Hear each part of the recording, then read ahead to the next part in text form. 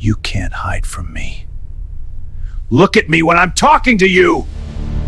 It was past midnight when Marcus Reed stepped quietly into the bedroom of the mansion he shared with his wife. The house was silent except for the soft hum of the air conditioning and the distant sound of traffic somewhere beyond the gates. Marcus moved slowly toward the bed where Victoria Reed lay resting beneath a white blanket, her eyes covered by dark medical glasses the doctors had insisted she wear after the accident. 6 weeks earlier, surgeons had told Marcus something that would change everything about their lives. Victoria Reed, the billionaire founder of a thriving technology company, had lost her sight forever. The crash had also left her unable to walk, forcing her to rely on the very man who now leaned over her bedside. Marcus believed the woman beside him could no longer see the world, could no longer read a document, and could no longer notice the quiet changes happening around her. So he bent closer to her ear and whispered something he believed she would never understand. What Marcus did not realize was that blindness had sharpened something else entirely. Victoria could hear every word, and what she heard that night would become the beginning of a story about betrayal, ambition, and a secret that Marcus believed would stay buried forever. Before we go any further, before we unravel how a marriage built on trust slowly transformed into something far more dangerous, take a moment and tell us something about you. Before we dive deeper, let us know in the comments where you're watching from. We'd love to hear from you. And don't forget to hit that subscribe button so you never miss any of our upcoming videos. Stories like this one have fascinated people for decades because they remind us that the truth about relationships is rarely as simple as it appears from the outside. And the story of Marcus and Victoria Reed is one that investigators, journalists, and even former friends would later describe as a quiet storm unfolding inside a beautiful life. To understand what happened that night, you first have to understand who Victoria Reed was before the accident changed everything. Years earlier, Victoria had become something of a legend in the American business world. Raised in a modest home in Ohio, she had always been known as the kind of person who studied problems longer than anyone else in the room and solved them faster once she understood them. In her early 30s, she launched a small technology company focused on financial security software. At first, it was just a handful of engineers working in a shared office space, but within a few years, the company had attracted investors from across the country. By the time Victoria turned 40, her company had grown into a multi-billion-dollar enterprise used by banks and corporations across the United States. Reporters often described her as disciplined, thoughtful, and careful with every decision she made. Friends who knew her well often said that the one area where Victoria allowed herself to relax was in her personal life. For years, she had focused almost entirely on building her company, leaving little room for relationships. That changed one evening at a charity fundraiser in New York when she met Marcus Reed. Marcus was confident in the easy way that made people feel comfortable almost immediately. He spoke about business with just enough knowledge to sound impressive, and he listened to Victoria with an attentiveness she had rarely experienced. Within months, they were spending nearly all of their time together. To outsiders, it seemed like a perfect partnership. Victoria had the strategic mind and the reputation in the technology industry, while Marcus had a talent for networking and negotiating deals. When they married the following year, several business magazines even ran small features describing them as one of the most interesting power couples in modern tech. Over time, Marcus became more involved in Victoria's company. At first, it seemed practical. The business was expanding rapidly, and Victoria trusted Marcus enough to allow him to help manage certain financial operations. Board members noticed how frequently he attended meetings and how confidently he spoke about future plans. Some people welcomed the extra leadership, while others quietly wondered whether Marcus was gaining influence faster than anyone had expected. Victoria, however, appeared comfortable with the arrangement. She believed she had found someone who genuinely wanted to help build something meaningful beside her. Then came the accident. On a rainy evening nearly a year before the night Marcus whispered beside her bed, Victoria's car crashed into a concrete barrier on a quiet highway outside the city. Emergency crews arrived quickly, and she was rushed to the hospital with severe injuries. Doctors later confirmed the devastating results. Trauma to her brain had destroyed her ability to see, and nerve damage left her unable to move her legs. News of the accident spread quickly through the business world, and many people assumed the company would soon face a leadership crisis. Through it all, Marcus appeared devoted. He spent hours sitting beside Victoria's hospital bed, speaking gently to her and reassuring friends that he would care for her no matter what the future held. When Victoria finally returned home, she moved through the mansion in a wheelchair, guided by Marcus and assisted by nurses hired to help with her recovery. To anyone watching from the outside, Marcus looked like the model of loyalty. He attended board meetings on Victoria's behalf and reassured investors that the company remained stable. Yet inside the house, Victoria began to notice something unusual. Though she could no longer see, her other senses had grown sharper. She recognized the sound of footsteps in the hallway at unusual hours and phone conversations that ended abruptly when she entered a room.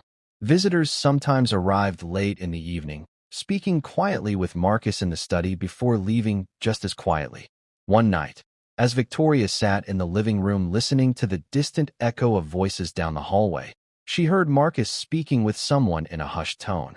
The woman with him laughed softly before asking a question that made Victoria's heart slow for just a moment. She asked whether Marcus was worried his wife might find out what was happening.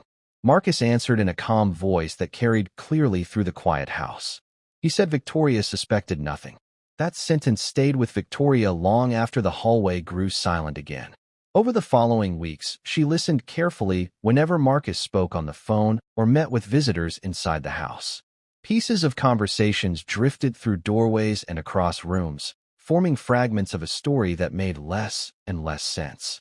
Marcus discussed financial transfers, legal paperwork, and new corporate structures that had never been part of the company before the accident. At times, he mentioned lawyers whose names Victoria had never heard. To Marcus, it seemed safe to talk openly because the woman sitting quietly in the next room could not see what he was doing. But Marcus had misunderstood something fundamental about the woman he married. Long before she built a billion-dollar company, Victoria Reed had learned to study details others overlooked. She began keeping careful track of every conversation she overheard and every visitor who entered the house. Each small detail added another piece to a picture that slowly revealed the possibility of something far more serious than ordinary business decisions. And all the while Marcus believed his secret remained perfectly hidden, unaware that the woman he thought helpless was listening more closely than ever before. To the outside world, Marcus Reed and Victoria Reed appeared to represent the kind of success story that magazines and television programs love to celebrate. Victoria was widely known as the brilliant entrepreneur who had built a technology empire from a small startup into a company worth billions of dollars. Her software protected financial systems for major corporations and banks across the United States, and her reputation as a disciplined leader made her one of the most respected figures in the industry. Marcus Reed, standing beside her at conferences and charity events, seemed like the perfect partner.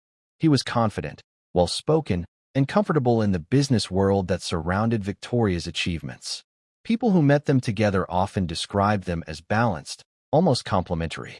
Victoria was analytical and focused, while Marcus was outgoing and persuasive, the kind of person who could walk into a room full of investors and make them feel as though they had known him for years. But lives that look polished from a distance often contain details that remain hidden from view. Inside the walls of the Reed mansion, the dynamic between Marcus and Victoria had begun to shift long before the accident that changed everything. As Victoria's company expanded, Marcus gradually took on more responsibility within the organization. At first, the transition seemed natural. Victoria trusted him, and the pressure of running a growing technology firm meant she needed reliable people handling financial negotiations and partnerships. Marcus stepped confidently into that role, speaking with board members and attending strategy meetings that had once been Victoria's domain alone. Some colleagues admired the way the couple appeared to operate as a team. Others quietly wondered whether Marcus's influence inside the company had grown unusually fast. Then the accident placed Victoria in a position no one had imagined. When she returned home blind and confined to a wheelchair, Marcus suddenly became the primary voice representing her interests in the company. Investors and executives began dealing with him directly, assuming he was simply protecting Victoria's legacy while she recovered from devastating injuries. On the surface, his actions appeared supportive, even loyal. Yet inside the house, small details began to create an uneasy pattern. Victoria noticed the timing of phone calls that came late at night and the sound of unfamiliar voices in rooms where private meetings were taking place. Doors closed quietly when she entered hallways. Conversations paused when her wheelchair rolled closer. Each of these moments might have meant nothing on its own, but together they formed a question that refused to leave her mind. What exactly was Marcus discussing when he believed she was too weak to pay attention? Why were lawyers visiting the house without her knowledge? And why did some of Marcus's conversations seem to revolve around company documents that Victoria herself had never approved? The deeper Victoria listened, the more another possibility began to take shape. Perhaps Marcus believed the accident had given him complete control over both her life and her company.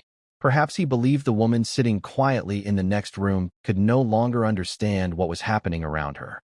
And that was the mystery that would soon define everything that followed. Because the real question was not whether Victoria Reed suspected something unusual inside her own home. The real question was how long she had been listening carefully enough to uncover the truth Marcus thought he had hidden forever. 5 years earlier, long before the accident and long before the quiet tension that now filled their home, Victoria Reed was considered one of the most respected entrepreneurs in Silicon Valley. She had built her company with patience and precision, starting with a small team and a simple idea that eventually grew into a technology platform used by banks and financial institutions across the country. Colleagues often described her as disciplined to the point of obsession, someone who could analyze a business deal for hours without missing a single detail. Her reputation for careful decision-making made investors trust her almost immediately. Yet people who worked closely with Victoria also noticed something different about her outside the boardroom. Despite her sharp instincts in business, she had a quiet optimism when it came to people. Friends sometimes joked that she approached relationships with more hope than caution, believing that loyalty and honesty were qualities most people naturally shared. It was during this chapter of her life that Victoria attended a charity gala in New York, an event bringing together entrepreneurs, investors, and philanthropists from across the country. That evening she met Marcus Reed. Marcus carried himself with an easy confidence that immediately captured attention.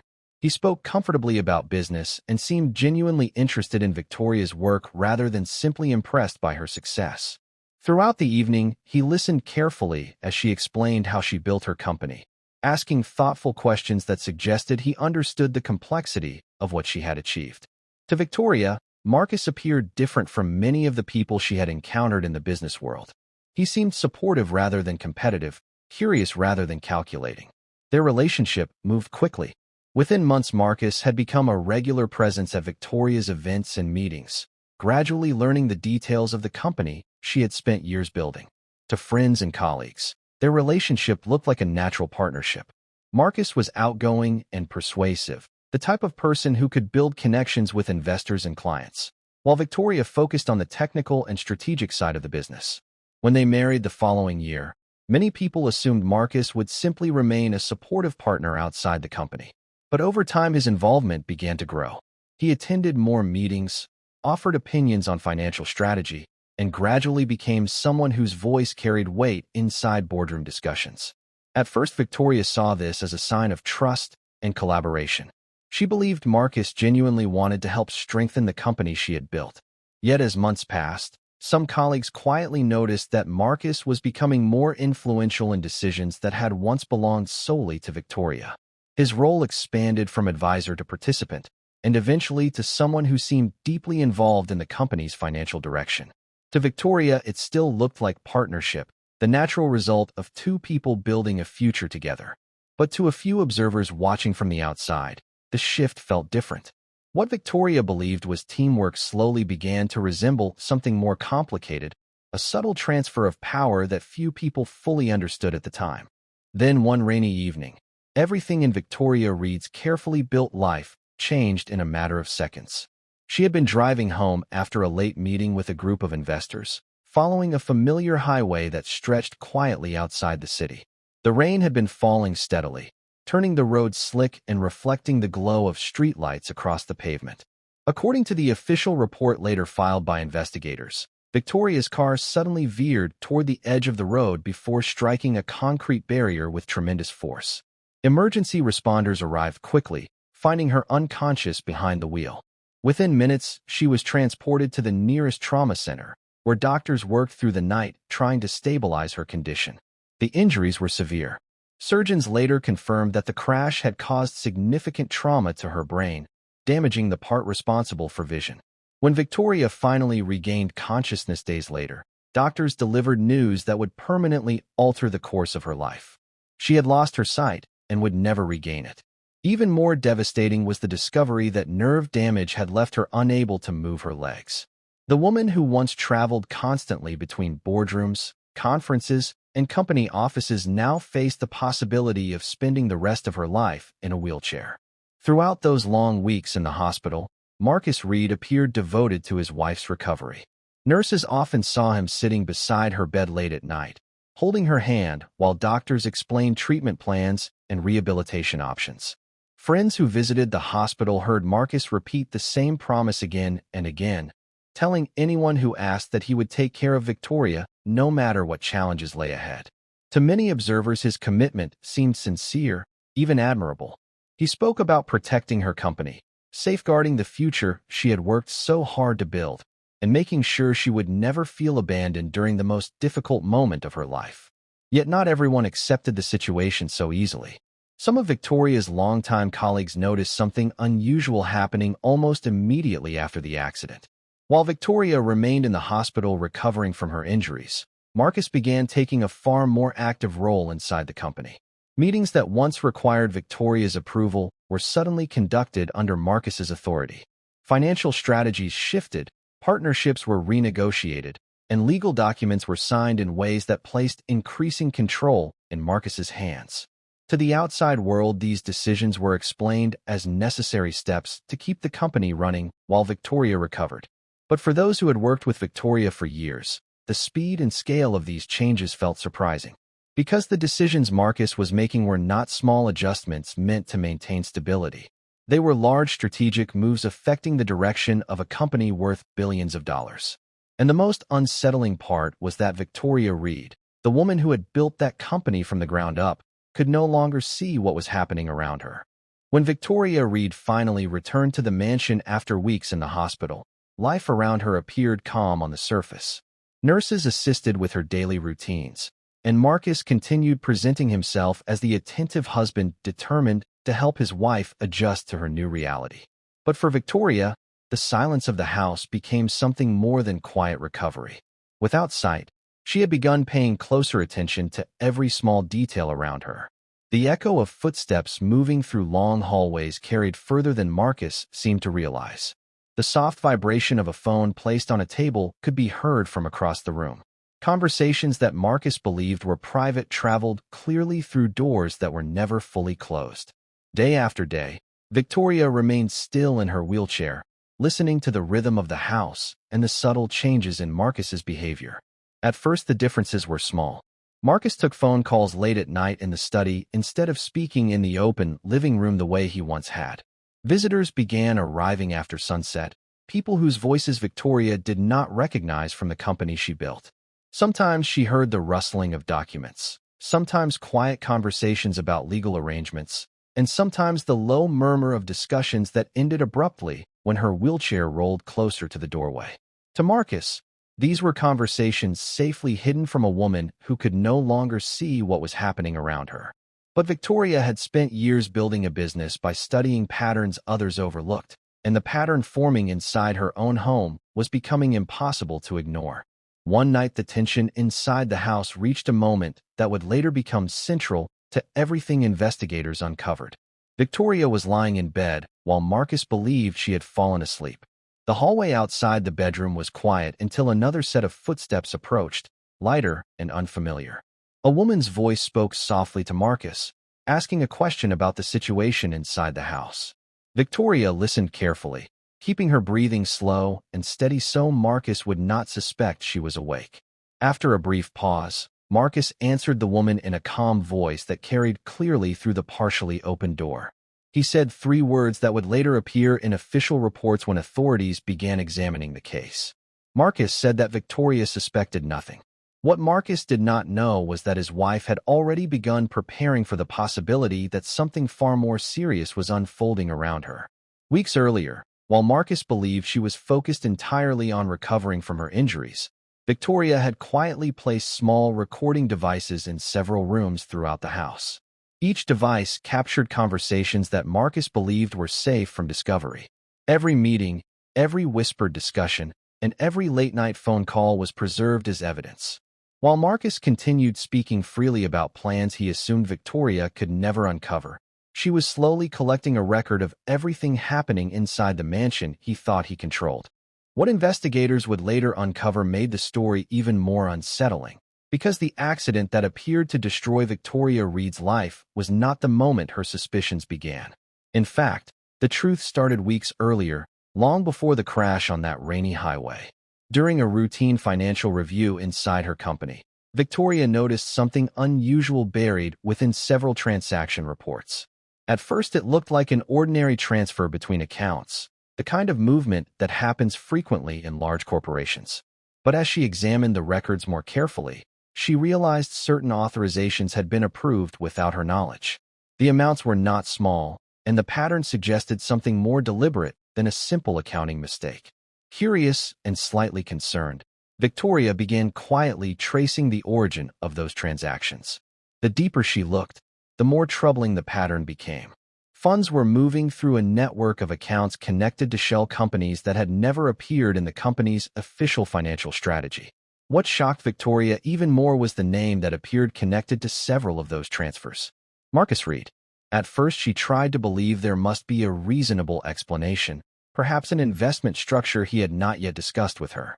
But as additional documents surfaced, the explanation became harder to justify. Contracts had been negotiated with business partners she had never met. Legal agreements had been drafted without her approval. Entire financial arrangements were forming quietly around the company she had built, and the person guiding those arrangements seemed to be the man she trusted most. Victoria did not confront Marcus immediately. Instead, she began documenting everything, carefully collecting records and storing copies in secure locations outside the company's internal systems. She needed to understand the full picture before revealing what she knew. Then the accident happened, and everything about her life changed overnight. While doctors delivered devastating news about her injuries, Marcus appeared at her bedside with the concern of a devoted husband. But lying in that hospital room, unable to see and barely able to move, Victoria understood something Marcus did not. The accident had given him a sense of security. He believed the woman who once reviewed every financial detail of the company could no longer monitor anything happening around her. And in that moment, Victoria made a decision that would shape everything that followed. She would allow Marcus to believe exactly that. She would let him think she was helpless, blind, and completely dependent on him. From that point forward, Victoria stopped questioning Marcus openly. She spoke gently, accepted his explanations, and allowed him to take control of meetings and decisions connected to the company. To Marcus, it looked like surrender. But behind that quiet acceptance, Victoria was doing something far more calculated. She continued recording conversations inside the house, documenting the names of visitors and the details of every discussion Marcus believed she could not follow.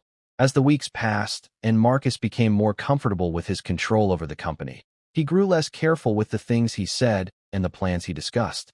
And with each careless conversation, Victoria Reed added another piece of evidence to a story that Marcus Reed believed would remain hidden forever. 3 months after Victoria Reed returned home from the hospital, Marcus Reed believed everything had finally fallen into place. By that point, he had taken control of nearly every major decision connected to the company Victoria had spent years building. Meetings with lawyers had become routine, and documents had been carefully prepared outlining a new structure that placed authority firmly in Marcus's hands. On that particular afternoon, he sat in the study of the mansion reviewing the final paperwork with 2 attorneys who had been working closely with him. The documents described a transfer of executive control that would effectively remove Victoria from the leadership of her own company. Marcus explained that the arrangement was necessary because Victoria's condition prevented her from managing such a complex business. To anyone unfamiliar with the deeper story, the explanation sounded reasonable. Victoria was seated quietly in her wheelchair nearby, her dark glasses still covering the eyes doctors had declared permanently blind. Marcus asked a few routine questions, signed the final page, and handed the pen back across the table. In that moment, he believed the process was complete. Control of a billion-dollar company had just shifted in a way he believed could never be challenged. What Marcus did not expect was the sudden sound of the front door opening somewhere down the hallway. Footsteps followed, firm and deliberate, moving through the house toward the study. When the door finally opened, several police officers stepped inside accompanied by two investigators carrying folders of documents. Marcus turned toward the doorway, confusion spreading across his face as the officers introduced themselves and asked him to remain seated. Before he could respond, another sound filled the room, the quiet movement of a chair sliding back across the floor. Marcus looked over his shoulder just as Victoria Reed slowly rose from the wheelchair he had believed she would never leave.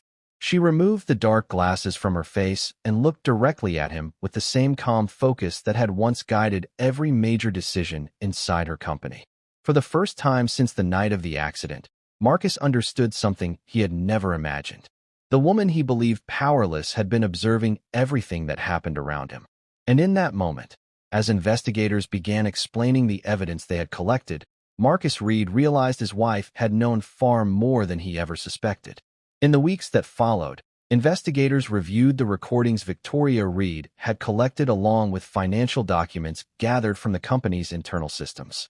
The evidence revealed a complex network of unauthorized transfers, secret accounts, and agreements negotiated without the approval of the company's founder.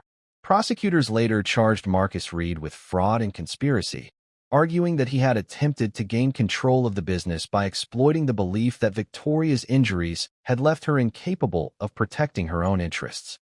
For many people who followed the case, the most remarkable part of the story was not just the investigation or the charges that followed, but the quiet patience Victoria showed while allowing Marcus to believe his plan was working. The situation raised a question that still divides opinion whenever the story is discussed. When trust inside a marriage is broken so deeply, and someone responds by carefully exposing the truth instead of confronting it immediately, does that response represent justice? Or does it simply become another form of deception shaped by circumstance? Let me know what you think in the comments. And if stories like this interest you, make sure you subscribe for more true stories that remind us how complicated trust, ambition, and human behavior can be in the real world.